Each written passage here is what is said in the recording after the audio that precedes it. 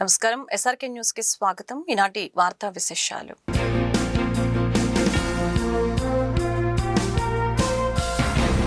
YCP అధికారంలో ఉన్నప్పుడు చేసిన భూ కబ్జాలపై అధికంగా ఫిర్యాదులు అందుతున్నాయని ఎమ్మెల్యే గల్లా మాధవి అన్నారు. శ్రీనివాసరావుపేటలోని క్యాంపు కార్యాలయంలో మంగళవారం మహిళల కోసం మాధవి గ్రీవెన్స్ నిర్వహించారు. ఈ సందర్భంగా మహిళల సమస్యల్ని తెలుసుకుని పరిష్కారానికి కృషి చేస్తానని భరోసా ఇచ్చారు. ప్రతి వారం 80% ఫిర్యాదుల్ని మహిళా గ్రీవెన్స్ ద్వారా పరిష్కరించడం జరుగుతుందని చెప్పారు.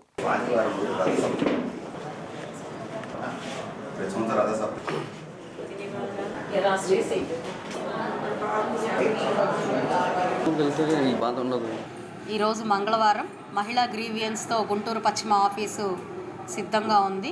అనేక మంది మహిళలు వారి సమస్యలతో ఆఫీస్కి రావడం జరుగుతుంది. వారి సమస్యల్ని చాలా ధైర్యంగా స్వేచ్ఛగా ఈరోజు చెప్పుకోవడం జరుగుతుంది. అదే స్ఫూర్తితో వాళ్ళకి వీటి మీద ఒక పరిష్కారాన్ని ఇచ్చే ప్రయత్నం మా ఆఫీస్లో అందరం చేస్తూ ఉన్నాము. రకరకాల సమస్యల మీద రావడం జరుగుతూ ఉంది. ప్రధానంగా మహిళలు అని చెప్పి చిన్న చూపు చూస్తూ వాళ్ళ ల్యాండ్ని కబ్జా చేసే దుర్మార్గులు, అలాంటి సమస్యలు పోలీస్ స్టేషన్లో వాళ్ళు తిరగలేక నా దాకా రావడం అనేది నేటి గ్రీవియన్స్లో ప్రధాన సమస్యగా మేము చెప్పుకోవచ్చు. అనేక సమస్యలు ఉన్నాయి. ఒక్కొక్క వారం ఒక్కొక్క సమస్యని మేము విశ్లేషణగా చెప్పడం జరుగుతుంది. గత ప్రభుత్వ నాయకులు ఆ యొక్క మహిళని నిస్సహాయత చూసి దాన్ని కబ్జా చేయడం, అది ఆవిడ 5 సంవత్సరాల నుంచి కూడా పోరాటం, ఈరోజు అది మా దృష్టికి రావడం అనేది నేటి మహిళా గ్రీవియన్స్లో ప్రధాన అంశంగా నిలుస్తూ ఉంది. ఇదే కాకుండా ఇంకా అనేక అంశాలు ఉద్యోగ కల్పన కోసం కావచ్చు, లేదు అనంటే పెన్షన్ల గురించి కావచ్చు, ఆరోగ్య సమస్యలు కావచ్చు, ఇలాగ అనేక సమస్యల మీద మహిళలు గుంటూరు పశ్చిమ ఆఫీసుకి రావడం జరుగుతుంది. 80% వరకు కూడా వారి సమస్యలకి ఒక పరిష్కారాన్ని మేము చూపించగలుగుతూ ఉన్నాము. ఇంకా 20% వరకు అన్ని పాలసీ యాజ్ పార్ట్ ఆఫ్ పాలసీగా, లేదంటే టైం ఎక్కువగా తీసుకునే పరిస్థితులు ఉన్నప్పుడు అవి కూడా వాళ్ళకి సవివరంగా ఎక్స్ప్లెయిన్ చేయడం జరుగుతూ ఉంది. సానుకూలంగా ఒక పరిష్కారంతో బయటకు వెళ్తున్న క్రమం కనిపిస్తూ ఉంది. చాలా దీన్ని ఇంకా విస్తృత స్థాయిలో తీసుకెళ్ళి గుంటూరు పశ్చిమ నియోజకవర్గంలో మహిళలు ఏ సమస్య లేకుండా చాలా ధైర్యంగా స్వేచ్ఛగా ముందుకు వెళ్లే విధంగా చేయడమే లక్ష్యంగా గుంటూరు పశ్చిమ ఆఫీసు మహిళల కోసం పనిచేస్తూ ఉంది. విద్యార్థులు, మహిళల సంక్షేమాన్ని కూటమి ప్రభుత్వం గాలికి వదిలివేసిందని వైసీపీ నేతలు ఆరోపించారు. ఈ మేరకు విద్యార్థి మహిళా విభాగం మంగళవారం అంబేద్కర్ సర్కిల్ వద్ద ధర్నా నిర్వహించి నిరసన వ్యక్తం చేశారు. ఇందులో భాగంగా వైసీపీ నేతలు శ్రీనివాస్, వినోద్ మీడియాతో మాట్లాడారు. ఫీజు రియంబర్స్మెంట్ ఇవ్వని కారణంగా విద్యార్థులు అనేక ఇబ్బందులు పడుతున్నారని చెప్పారు. ఎన్నికల్లో ఇచ్చిన ఏ ఒక్క హామీని అమలు చేయకుండా మహిళల్ని వంచారని ధ్వజమెత్తారు. విద్యార్థులకి ఫీజులు చెల్లించలేని సీఎం చంద్రబాబు, మంత్రి లోకేష్ కోట్లు ఖర్చు పెట్టి దావోస్ పర్యటనలు చేస్తున్నారని ధ్వజమెత్తారు. లక్షల కోట్ల రూపాయలు అప్పులు చేస్తూ జగన్ పై నెట్టే ప్రయత్నం చేస్తున్నారని మండిపడ్డారు. జగన్ పై మరొకసారి విమర్శలు చేస్తే సహించేది లేదని హెచ్చరించారు.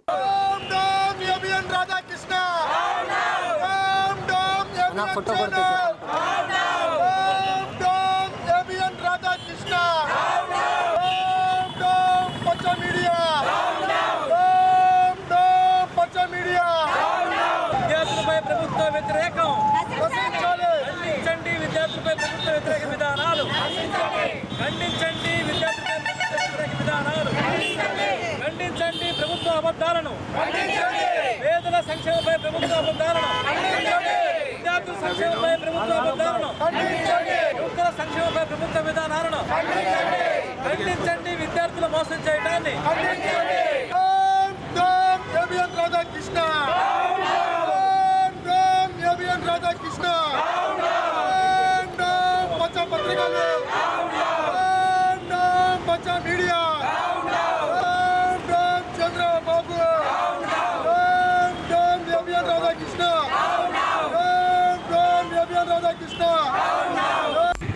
విద్యార్థుల సంక్షేమ విషయం మీద, పేద ప్రజల సంక్షేమ విషయం మీద, రైతుల సంక్షేమ విషయం మీద, ఈ రాష్ట్రంలో ఎంతమంది అయితే పేదలున్నారో అంతమంది వాళ్ళ అభివృద్ధి సంక్షేమ విషయం మీద, అన్ని వ్యవస్థల మీద అబద్ధాలు చెప్పి ఈరోజు అబద్ధాలు తీవ్రస్థాయికి వెళ్ళిపోయాయి.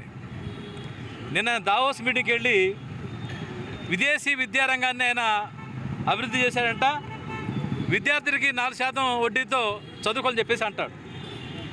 చంద్రబాబు నాయుడు హయాంలో నువ్వెందుకు ఈ వర్గానికి మేలు చేయలేదంటే ఏ అంశం ఏ తప్పు మాట్లాడినా కానీ అది గత ప్రభుత్వంలో జగన్మోహన్ రెడ్డి వైసీపీ చేసిందని చెప్పేసి ఆయన నిందలు మోపుతా ఉన్నాడు. అంటే ఇది ఆడలేక మధ్యలో ఓడేది అన్నట్టు ఉంది ఈరోజు.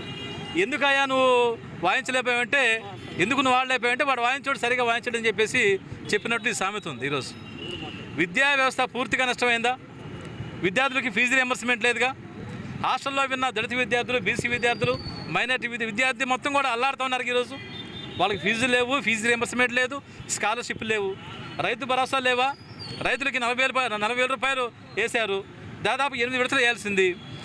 విద్యార్థులకు 8 క్వార్టర్స్ ఆగిపోయినాయా ఫీజులు అమౌంట్, ఫీజు రియంబర్స్మెంట్ లేదు. అదేవిధంగా వైఎస్ఆర్ ఆరోగ్యశ్రీ గతంలో ఉంటే ఈరోజు ఎన్టీఆర్ ఆరోగ్యశ్రీ పెట్టారు.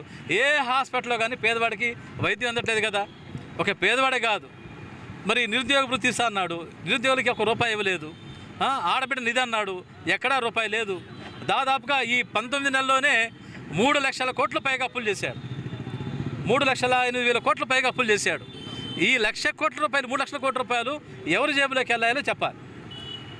పేదల పక్షాన, విద్యార్థుల పక్షాన, రైతుల పక్షాన, ఏ వర్గం పక్షాన కూడా నువ్వు రూపాయి ఖర్చు పెట్టకుండా ప్రతిదీ నేను చేసే అని చెప్పేసి 3 లక్షల కోట్ల అప్పులు చేస్తే ఈ డబ్బులు మొత్తం కూడా ఎవరి జేబులో పోతూ ఉన్నాయి.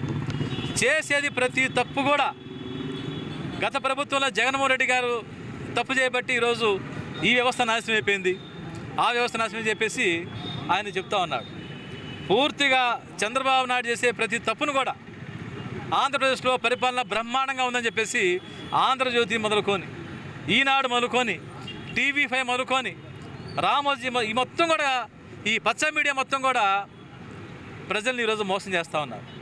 దీన్ని ఖండిస్తూ దీనికి వ్యతిరేకంగా రాష్ట్ర వ్యాప్తంగా విద్యార్థుల ఆధ్వర్యంలో, మహిళల ఆధ్వర్యంలో ఎవరైతే ఏ వర్గాలైతే చంద్రబాబు నాయుడు ప్రభుత్వంలో బాధపడుతూ ఉన్నారో, అల్లాడుతూ ఉన్నారో వాళ్ళ పక్షాన ఈరోజు అందరూ కూడా రోడ్డు మీదకి వచ్చి నిరసన తెలిపే కార్యక్రమంలో భాగంగానే ఈరోజు రాష్ట్ర వ్యాప్తంగా నిరసన చేస్తూ ఉన్నాము. ఈరోజు ఆంధ్ర రాష్ట్రం మొత్తం చూసుకుంటుంటే విద్యార్థులు అట్టుడికి పోతున్నారు. విద్యార్థులకు రావాల్సిన బకాయిలు ఒక్కటి చెల్లించడం చేత కాదు ఈ కూటమి ప్రభుత్వానికి. ఫీజు రియంబర్స్ ఇవ్వడం చేత కాదు, హాస్టల్స్ వసతులు చూసుకోవడం చేత కాదు. మా విద్యార్థులు పడుతున్న కష్టాల గురించి ఎవడన్నా ఎత్తి మాట్లాడుతుంటే కేసులు పెడతారు, సబ్జెక్టులు వేస్తారు. ఏందయ్యా మీ పాలన? రాష్ట్రం మొత్తం అట్టుడికి పోతుంది. ఆంధ్ర రాష్ట్రంలో రౌడీ షీట్లు ఓపెన్ చేస్తారు. ధర్నాలు చేయకూడదా? గొంతెత్తి ప్రశ్నించకూడదా? నువ్వు దావాస్ వెళ్తావు, హైదరాబాద్ వెళ్తావు, నువ్వు మీ నాన్నగారు ఇక్కడికి వస్తారు. దీని డబ్బులు ఆడించి ఖర్చు గవర్నమెంట్ మీదే పెత్తనం వేస్తున్నారు మీరు. మీ తాతగారు స్వర్గీయ ఎన్టీఆర్ గారు మీరు విగ్రహాలు కట్టుకుంటే కట్టుకోండి మీ సొంత డబ్బుతో. మీ దగ్గర డబ్బులు లేవా? హెరిటేజ్లో డబ్బులు లేవా? లక్షల కోట్లు యాడ్ చేసుకుంటారు. ఇవన్నీ గవర్నమెంట్ సొమ్ముతో మీరు ఎందుకు కట్టిస్తున్నారు? ఇవన్నీ అదే డబ్బులు ఖర్చు పెట్టి ఫీజు రియంబర్స్మెంట్ బకాయిలు చెల్లించు. వాడెవరిదో పీపీపీ ద్వారా ఇచ్చేదండి మీరు మెడికల్ కాలేజీలని మీరే ఇవ్వండి. మీ దగ్గర డబ్బులు లేవా? డబ్బులు లేకపోతే ఎందుకు వేల కోట్లు పెట్టి విగ్రహాలు కట్టుకుంటున్నారు? వేల పెట్టి అమరావతిలో ఉన్న చెట్లు తీయడానికి ఎందుకు మీరు టెండర్లు పిలుస్తున్నారు? విద్యార్థులు పట్టించుకోరు మీరు పట్టించుకోండి అని చెప్పి మా విద్యార్థి సైన్య యువజన కానీ గొంతించి ప్రశ్నిస్తే సబ్జెక్టులు వేస్తారు, రౌడీ షీట్ ఓపెన్ చేస్తారు. కూటమి ప్రభుత్వానికి విద్యార్థులకు ఆంధ్ర రాష్ట్రం వైఎస్ఆర్ కాంగ్రెస్ పార్టీ ఒకటే హెచ్చరిస్తుంది, మీ పాపడాల దగ్గరలోనే ఉన్నాయి. ప్రజల సంక్షేమం, అభివృద్ధి కోసం కూటమి ప్రభుత్వం పనిచేస్తూ ఉంటే వైసీపీ హత్య రాజకీయాలు చేస్తుందని ఆంధ్రప్రదేశ్ వడ్డెర కార్పొరేషన్ చైర్మన్ మల్లె ఈశ్వరరావు ధ్వజమెత్తారు. నల్లపాడు రోడ్లోని క్యాంపు కార్యాలయంలో మంగళవారం ఈశ్వరరావు మాట్లాడారు. వైసీపీ అధికారంలో ఉన్నప్పుడు బీసీలపై దాడులు చేసి వారి వృత్తిని సైతం తన చేతుల్లోకి తీసుకుందని అన్నారు. చంద్రబాబు బీసీలకు 60% రిజర్వేషన్లు కల్పిస్తే జగన్ మాత్రం బీసీల పదవుల్ని కోల్పోయేలా చేశారని కన్నెర చేశారు. బీసీల నిధులు దారి మళ్లించడమే కాకుండా పదవులు కూడా ఇచ్చినట్లే ఇచ్చి అధికారాన్ని వాళ్ల చేతుల్లోనే ఉంచుకున్నారని ఆరోపించారు. వడ్డెర సంఘం గుంటూరు జిల్లా అధ్యక్షురాలు మణికుమారి, నగర అధ్యక్షురాలు చల్లా రాజలక్ష్మి, టీడీపీ వడ్డెర సాధికార సమితి జిల్లా కన్వీనర్ జాన్ సైదా ఈ సమావేశంలో పాల్గొన్నారు. రాష్ట్ర ప్రజలందరూ సంక్రాంతి పండుగ ప్రశాంతంగా జరుపుకుంటుంటే వైసీపీ నేతలు ప్రజలను భయభ్రాంతులను చేస్తూ హత్య రాజకీయ కుట్రలు చేస్తున్నారు. దీనిని తీవ్రంగా ఖండిస్తున్నాము. మేము వైసీపీ నేతల్ని సూటిగా ప్రశ్నిస్తున్నాము. మీరు అధికారంలో ఉన్నప్పుడు బడుగు బలహీన వర్గాల మీద అనేక దాడులు చేశారు. వారి యొక్క కుల వృత్తుల్ని మీ చేతుల్లోకి తీసుకున్నారు. బలహీన వర్గాలంటే వైసీపీ పార్టీ ఎక్కడా కూడా సముచిత స్థానం కల్పించలేదని వాస్తవం. దానికి నిదర్శనం రాజ్యాధికారమైనటువంటి పదవులు 16,800 పదవులు, అంటే బీసీ రిజర్వేషన్ను కోత కోసి 34% బీసీల రిజర్వేషన్ను తెలుగుదేశం పార్టీ గౌరవ ముఖ్యమంత్రి వర్యులు చంద్రబాబు నాయుడు గారు 34% రిజర్వేషన్ బీసీలకు అమలు చేస్తే, జగన్మోహన్ రెడ్డి గారు ముఖ్యమంత్రిగా ఉన్నప్పుడు ఆ రిజర్వేషన్ను కోత కోసి 16,800 రాజ్యాధికారమైనటువంటి పదవుల్ని బీసీలు కోల్పోయినట్లు చేసింది మీరు కాదా అని ప్రశ్నిస్తున్నాం. ఒక చంద్రయ్య గారు కావచ్చు, ఒక అమర్నాథ్ గౌడ్ కావచ్చు, ఒక నందం అబద్దయ్య కావచ్చు, ఎన్నో హత్యా రాజకీయాలు బీసీలను నిర్దాక్షిణ్యంగా హత్యలు చేసింది వైసీపీ నేతలు కాదా అని మేము ప్రశ్నిస్తున్నాం. బీసీ సప్లా నిధులు దారి మళ్లించారు. బీసీలకు రావాల్సినటువంటి రిజర్వేషన్లో తక్కువ చేసి బీసీలను చిన్నచూపు చూశారు. పేరుకు బీసీలకు పదవులు ఇచ్చినట్లుగా ఇచ్చారు. పెత్తనమంతా మీ యొక్క పాలకుల చేతుల్లో పెట్టుకున్నారు. ఈ విధంగా మీరు వైసీపీ నేతలు, వైసీపీ నాయకులు బీసీలను అవమానపరిచి, బీసీలను హత్యలు చేసి, బీసీలకు రావాల్సినటువంటి రిజర్వేషన్ కోత కోసి బీసీలను ఇంత ఇబ్బంది పెట్టిన మీరా బీసీల గురించి మాట్లాడేదని ఒక ఒడ్డెర కార్పొరేషన్ చైర్మన్గా నేను ఈరోజు వైసీపీ నేతను సూటిగా ప్రశ్నిస్తున్నాను. జేడీసీసీ బ్యాంకు నిధుల గోల్మాల్ విషయంలో బొల్లాపల్లి మండలం మన్నేపల్లి తండాకు చెందిన గోవింద్ నాయక్ను అక్రమంగా అరెస్టు చేశారని నంగారబేరి సేవా లాల్ సేన అధ్యక్షులు కృష్ణ నాయక్ ఆరోపించారు. గుంటూరు జిల్లా సబ్ జైలు వద్ద మంగళవారం కృష్ణ నాయక్ మాట్లాడారు. సహకార సంఘంలో గోవింద్ నాయక్ పారదర్శకంగా పనిచేశారని చెప్పారు. కోట్ల రూపాయలను దోచివేసిన వారిని వదిలి అమాయకులపై అక్రమ కేసులు పెట్టి వేధింపులకు గురిచేస్తున్నారని ఆందోళన వ్యక్తం చేశారు. ప్రభుత్వం స్పందించి గోవింద్ నాయక్ కుటుంబానికి న్యాయం చేయాలని విజ్ఞప్తి చేశారు. నంగారబేరి సేవాలాల్ సేన, భీమ్లా నాయక్, అంజా నాయకు, రాములు నాయకు, హనుమా నాయకు తదితరులు ఈ కార్యక్రమంలో పాల్గొన్నారు. బొల్లాపల్లి మండలం చెందినటువంటి మన్నేపల్లి తండాకు చెందినటువంటి డుమావతు గోవింద్ నాయక్ 2001 నుంచి 2006 వరకు ఆల్రెడీ మన్నేపల్లి తండా సర్పంచ్గా, 2013 నుంచి 2019 వరకు బొల్లాపల్లి మండల సొసైటీ ప్రెసిడెంట్గా, 2019 నుంచి 2026 వరకు సొసైటీ ఉమ్మడి జిల్లా సొసైటీ డైరెక్టర్గా పనిచేస్తున్నటువంటి గోవింద్ నాయక్ గారు ఆనాడు మక్కెల మల్లికార్జునరావు గవర్నమెంట్లో 2004లో, అదేవిధంగా మన ప్రభుత్వ చీఫ్ విప్ అయినటువంటి వినకొండ శాసనసభ్యులు శ్రీ జీవీజీ ఆంజనేయులు గారి సమక్షంలో, అదేవిధంగా వినుకొండ శాసనసభ్యులైనటువంటి శ్రీ బొల్లా బొమ్మనాయుడు గారి గవర్నమెంట్లో కూడా సొసైటీ డైరెక్టర్గా, సొసైటీ ప్రెసిడెంట్గా నిధులు నిర్వహించినటువంటి గోవింద్ నాయక్ గారు ఈరోజు ఒక సామాన్య గిరిజనుడికి ఆల్రెడీ అతను డీసీసీ బ్యాంకు డైరెక్టర్ 8వ వార్డు అన్యం పుణ్యం తెలియనటువంటి గోవింద్ నాయక్ గారిని ఈరోజు అరెస్ట్ చేసి దాదాపుగా ఒక నెల రోజుల నుంచి జైల్లోనే ఉన్నాడు. కానీ కోట్లు కొల్లగొట్టినటువంటి మేధావులు ఉన్నారు, దేశాన్ని దోచుకునేటువంటి వాళ్ళు ఉన్నారు. ఆ దేశాన్ని దోచుకునే వాళ్ళు, కోట్లు కొల్లగొట్టే వాళ్ళని ఆల్రెడీ ప్రభుత్వాలు విడిచిపెడతా ఉన్నాయి. కానీ ఒక సామాన్యుడైనటువంటి గోవింద్ నాయక్ గారు ఇన్ని గవర్నమెంట్లో పనిచేసిన నీతికి, ధర్మానికి, న్యాయానికి కట్టుబడి పనిచేసేటువంటి డుమావతు గోవింద్ నాయక్ గారిని అరెస్ట్ చేయటం చాలా దుర్మార్గమైన చర్య అని చెప్పి నేను రాష్ట్ర ప్రభుత్వానికి విజ్ఞప్తి చేస్తూ ఉన్నా. గోవింద్ నాయక్ గారు ఇన్ని జీవీజీ ఆంజనేయులు గారి దగ్గర పనిచేసిన, మక్కెల మల్లికార్జున దగ్గర పనిచేసిన, బ్రహ్మనాయుడు గారి దగ్గర పనిచేసిన, కనీసం ఒక్క అవినీతి కూడా చేయనటువంటి గోవింద్ నాయక్ గారిని ఈరోజు జైల్లో పెట్టడం చాలా దుర్మార్గమైన చర్య. డీసీసీలో చాలా అవినీతి జరిగిందంట. డీసీసీ గుంటూరు ఉమ్మడి జిల్లా డీసీసీలో చాలా అవినీతి జరిగిందంట. మా గోవింద్ నాయక్ అనే అతను 8వ వార్డు డైరెక్టర్లో ఒక తీర్మానం చేసినా, ఏం చేసినా ఆల్రెడీ ఒక సంతకం పెడతాడు కదా, సంతకం పెట్టినందుకు గోవింద్ నాయక్ గారిని ఒక నెల నుంచి అరెస్ట్ చేసి గుంటూరు జిల్లా కారాగార శిక్ష అనుభవిస్తూ ఉన్నాడు. దాదాపు నెల పైన అయిపోయింది. బెయిల్ ఇంకా రాలేదు సార్. ప్రజలకు మెరుగైన మౌలిక వసతులు కల్పించడమే లక్ష్యంగా పనిచేస్తున్నట్లు గుంటూరు పశ్చిమ నియోజకవర్గ ఎమ్మెల్యే గల్లా మాధవి స్పష్టం చేశారు. పశ్చిమ నియోజకవర్గంలోని నగరంపాలెం పట్టాభిపురం ప్రాంతంలో 3 కోట్ల రూపాయలతో చేపట్టనున్న అభివృద్ధి పనులకు మంగళవారం ఎమ్మెల్యే శంకుస్థాపన చేశారు. ఈ సందర్భంగా ఎమ్మెల్యే మాధవి మాట్లాడుతూ గత ప్రభుత్వం అభివృద్ధిని విస్మరించినా తమ ప్రభుత్వం ప్రత్యేక చొరవతో పనిచేస్తుందని చెప్పారు. కార్పొరేటర్ ఈరంటి వరప్రసాద్ మాట్లాడుతూ మేయర్ ఎమ్మెల్యేల సహకారంతో తమ వార్డును అద్భుతంగా తీర్చిదిద్దుకుంటున్నామని హర్షం వ్యక్తం చేశారు. పార్టీ నాయకులు, కార్యకర్తలు, అభిమానులు పాల్గొన్నారు.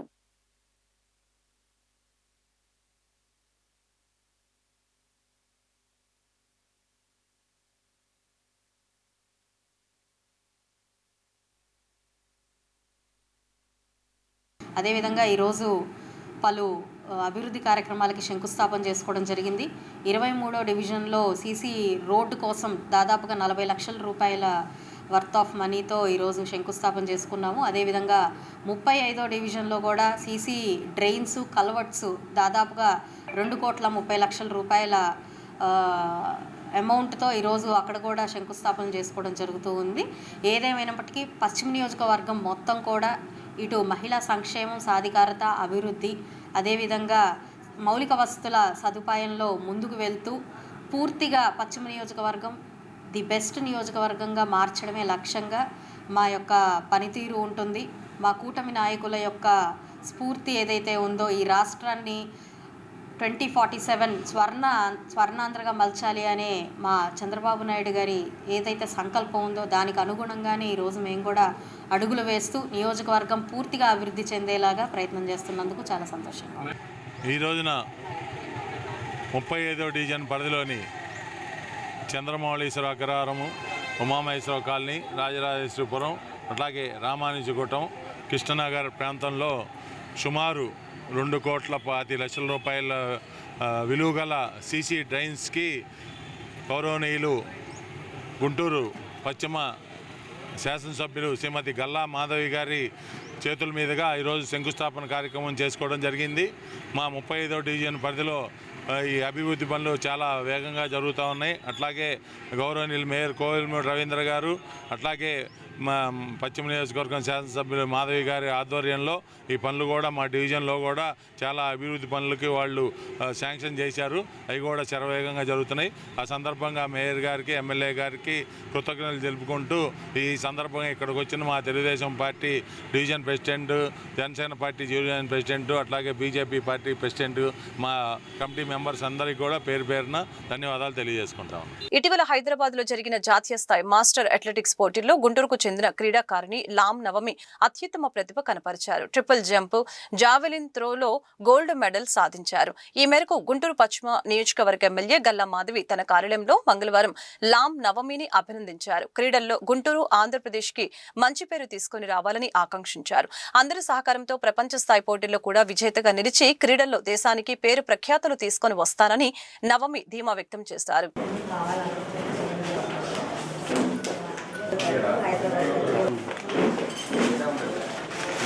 ఈ నెలలో 7, 8, 9 తారీఖుల్లో హైదరాబాద్ గచ్చిబౌలి స్టేడియంలో నేషనల్స్ జరిగినాయి, ఇంటర్నేషనల్స్ జరిగినాయి. దానికి గాను మన ఇండియా తరపున నేను థాయిలాండ్కి సెలెక్ట్ అయ్యాను. ట్రిపుల్ జంప్లో gold medal, long jump, javelin త్రోలో గోల్డ్ మెడల్ వచ్చినాయండి. నేను థాయిలాండ్కి సెలెక్ట్ అయ్యాను. దాని సందర్భంగా మన గుంటూరు పశ్చిమ నియోజకవర్గం లేడీ లెజెండ్ మన ఎమ్మెల్యే గల్లా మాధవి గారిని కలవటం జరిగింది. మేడం గారి చేతుల మీదుగా ఈరోజు గోల్డ్ మెడల్ నేను మేడం గారి చేతుల మీదుగా తీసుకోవటం జరిగింది. మన దేశానికి మన మంచి పేరు తేవాలనే నా ఉద్దేశం. ఇప్పుడు నాకు 50 సంవత్సరాలు. మాస్టర్స్ అథ్లెటిక్స్ తరఫున ఈ గేమ్స్ నేను చేస్తున్నాను, ఈవెంట్లు. గుంటూరు ఆరగ్రహారానికి చెందిన పిల్ల యేసోపు తనతో పాటు భిక్షాటన చేయమని బలవంతం చేయటం కారణంగానే అతని భార్య అంజలి, కుమార్తె బ్లెస్సీ అతనికి దూరంగా ఉంటున్నారని ఈస్ట్ డీఎస్పీ అబ్దుల్ అజీజ్ తెలిపారు. అదృశ్యమైన తన కుమార్తె ఆచూకీని పోలీసులు కనిపెట్టడం లేదని విభిన్న ప్రతిభావంతుడైన యేసోపు ఆరోపణలు చేస్తున్న నేపథ్యంలో డీఎస్పీ క్లారిటీ ఇచ్చారు. గతంలో కేసు నమోదైనప్పుడు భార్య కుమార్తెను పిలిచి మాట్లాడగా యేసోపు వద్ద ఉండటానికి వారు ఇష్టపడలేదని చెప్పారు. ప్రస్తుతం అదృశ్యమైన బాలిక రంగారెడ్డి జిల్లా కీసర మండలంలో ఉన్నట్లు గుర్తించి తమ సిబ్బందిని అక్కడకు పంపించామని చెప్పారు. నిన్న పీజీఎస్ ఎస్పీ గారు గ్రీవెన్స్లో పిల్ల యేసోబు అనే అతను తన భార్య, కూతురు అదృశ్యం అయిపోయారని, ఇంటికాడికి వెళ్ళిపోయారని వాళ్ళు ఎక్కడున్నారో తెలియజేయట్లేదని పోలీసులు రిపోర్ట్ ఇచ్చి దాదాపు సంవత్సరమైనా కానీ పట్టించుకోవట్లేదని అని ఆరోపించడం జరిగింది. దాని మీద ఈరోజు సాక్షి పేపర్లో కూడా న్యూస్ ఐటము అంటే పోలీసులు ఏమి చేయలేదనే దాని మీద ఫోకసింగ్గా వచ్చి రావడం జరిగింది. అయితే దీంట్లో నిజ నిజాలు మీకు కూడా పత్రికాముఖంగా తెలియజేయమని ఎస్పీ గారు చెప్పారు. దీని మీద ఈ కేసు గురించి మీకు తెలియజేయాలని ఈరోజు ఈ ప్రెస్ మీట్ పెట్టడం జరిగింది. అసలు ఏం జరిగిందంటే పోయిన జనవరి నెలలో ఈ అమ్మాయి అంటే ఈ పిల్ల యూసుఫ్ కూతురు భార్య ఇద్దరు కూడా ఇంట్లో వెళ్ళిపోవడం జరిగింది. అతను 3 నెలల్లో మన పోలీస్ స్టేషన్లో లాలాపేట పోలీస్ స్టేషన్లో రిపోర్ట్ ఇవ్వడం జరిగింది. దాని మీద 115/2025 కేసు కట్టడం జరిగింది. దాని మీద దర్యాప్తు చేయడం తర్వాత ఆమె కూడా ఎవరైతే తప్పి వెళ్ళిపోయిందో అంటే అతని భార్య ఆమె కూడా పోలీస్ స్టేషన్కి రావడం జరిగింది. వచ్చి మేము అడిగితే మేమే కావాలని వెళ్ళిపోయాం, భర్త హెరాస్ చేస్తున్నాడు, అతను మమ్మల్ని భిక్షాటన చేయమని. అయితే ఇతను కూడా భిక్షాటన చేస్తాడు, కాళ్ళు లేవు ఇతనికి, యూసుఫ్ కాళ్ళు ఉండవు, 3 చక్రాల బండి తిరుగుతుంటాడు, భిక్షాటన చేస్తుంటాడు. అతను భిక్షాటన చేస్తున్నాడు, మమ్మల్ని కూడా భిక్షాటన చేయమంటున్నాడు. దాని మీద మేము వెళ్ళిపోయాము మాకు ఇష్టం లేక అని ఆమె చెప్పడం జరిగింది. అట్లాగే అతను ఇంకో అమ్మాయిని కూడా పెళ్లి చేసుకున్నాడు, ఉంచుకున్నాడో మాకు తెలియదు. ఆమె నేను పెళ్లి చేసుకొని నన్ను మానసిక రోగి అని చెప్పి నన్ను ఇబ్బంది ఇట్లా చేయడం వల్ల మేము ఆ బాధను భరించలేక వెళ్ళిపోయామని చెప్పి తెలియజేయడం జరిగింది. అట్లాగే అమ్మాయి కుమార్తె కూడా వెళ్ళిపోయి ఆమె ఇక్కడ రావడానికి ఇష్టపడలేదు. మేము బలవంతంగా పోలీసు తేలాం కాబట్టి ఆమె దగ్గర స్టేట్మెంట్ తీసుకొని ఆ కేసులో నమోదు చేయడం జరిగింది. అయితే ఈ మధ్య మళ్ళీ అతను పోలీస్ స్టేషన్కి రావడం, మా అమ్మాయికి ఎవరో ఫోన్ చేశారు, ఆ అమ్మాయి హైదరాబాద్లో ఉందని చెప్పేసి ఆ నెంబర్ నుంచి కాల్ వచ్చిందంటే మేము కూడా మాట్లాడడం జరిగింది. అమ్మాయి కూడా మేము అక్కడ రాము, మేము ఇటుపతి రాము అని చెప్పి చెప్పడం జరిగింది. దాని మీద కూడా దర్యాప్తు చేసి అమ్మాయి రాలేము అన్నప్పుడు మేము బలవంతంగా తీసుకురావడం కుదరదు, ఒక పని చెప్పాము అతను మీరు కానీ వస్తే మా పోలీసులు కూడా వస్తారు, మీ అమ్మాయిని మీకు తీసుకెళ్ళి చూపిస్తాము హైదరాబాద్కి వెళ్ళి అని కూడా చెప్పడం. అయితే అతను దానికి ఆసక్తి చూపించలేదు. ఈ వార్తలు ఇంతటితో సమాప్తం. మరొక బులెటిన్ మళ్ళీ కలుద్దాం. నమస్కారం.